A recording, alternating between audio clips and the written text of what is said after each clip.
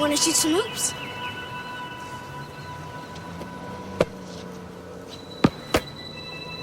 No, you don't have to be like that. Come on and play. Look, he likes you. Don't you have time for a little one-on-one? How long has it been since you played? Come on, you got the ball. Take a shot. No, my lady, not from there. It's out of bounds. Gotta be on the court to be in play.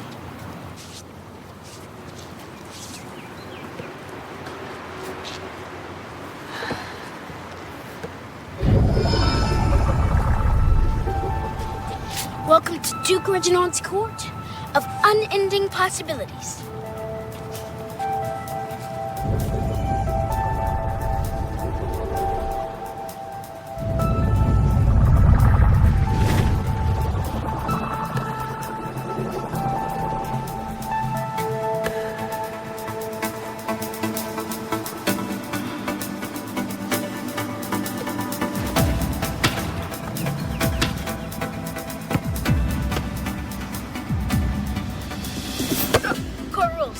Gotta sink the last one.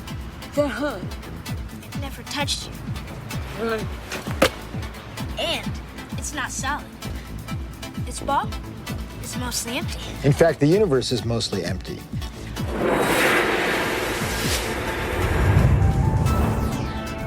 We like to think of space as empty and matter as solid. But in fact, there is essentially nothing to matter whatsoever. It's completely insubstantial. Take a look at an atom. We think of it as a kind of hard ball. Then we say, oh, well, no, not really. It's this little tiny point of really dense matter right at the center, surrounded by a kind of fluffy probability cloud of electrons popping in and out of existence. But then it turns out that that's not even right. Even the nucleus, which we think of as so dense, hops in and out of existence just as readily as the electrons do. The most solid thing you can say about all this insubstantial matter is that it's more like a thought. It's like a concentrated bit of information. What makes up things are not more things, but what makes up things are ideas, concepts, information. And like I said, it never touches.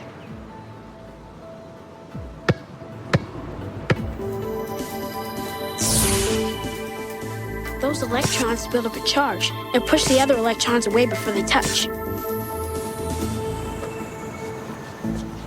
So nobody touches nothing. Come on, put your stuff down.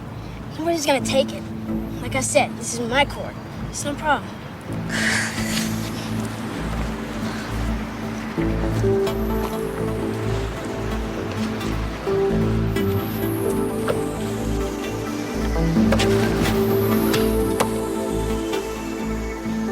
How long has it been? I believe. It's only in conscious experience that it seems that we move forward in time. In quantum theory, you can also go backwards in time. You can always go back in time.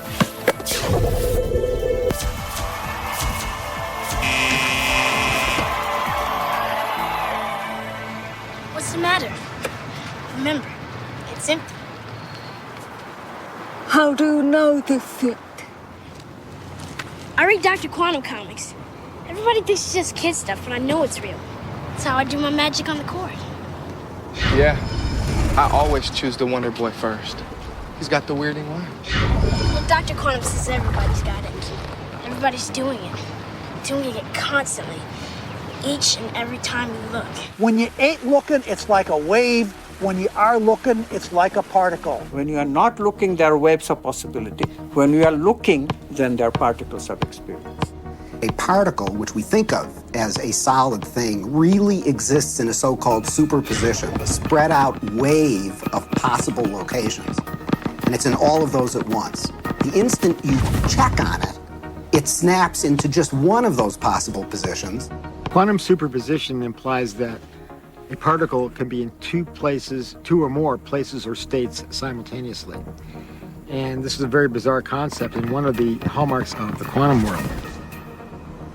Superheroes use superposition, with the world being potential strips of reality. Until we choose. Heroes choose what they want.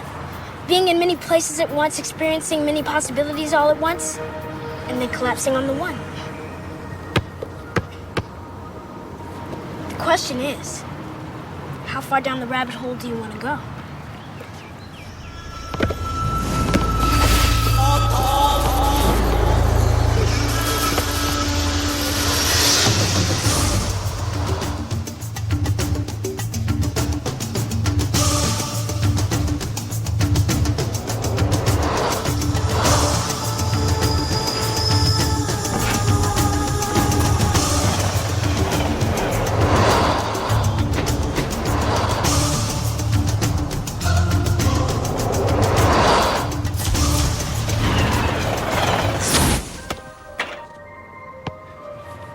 Nice shot. How can a system or an object be in two or more states at the same time? It's very easy. Instead of thinking of things as things, we all have a habit of thinking that everything around us is already a thing, existing without my input, without my choice. You have to banish that kind of thinking. Instead, you really have to recognize that even the material world around us, the chairs, the tables, the rooms, the carpet, camera included, all of these are nothing but possible movements of consciousness. And I'm choosing moment to moment out of those movements to bring my actual experience into manifestation.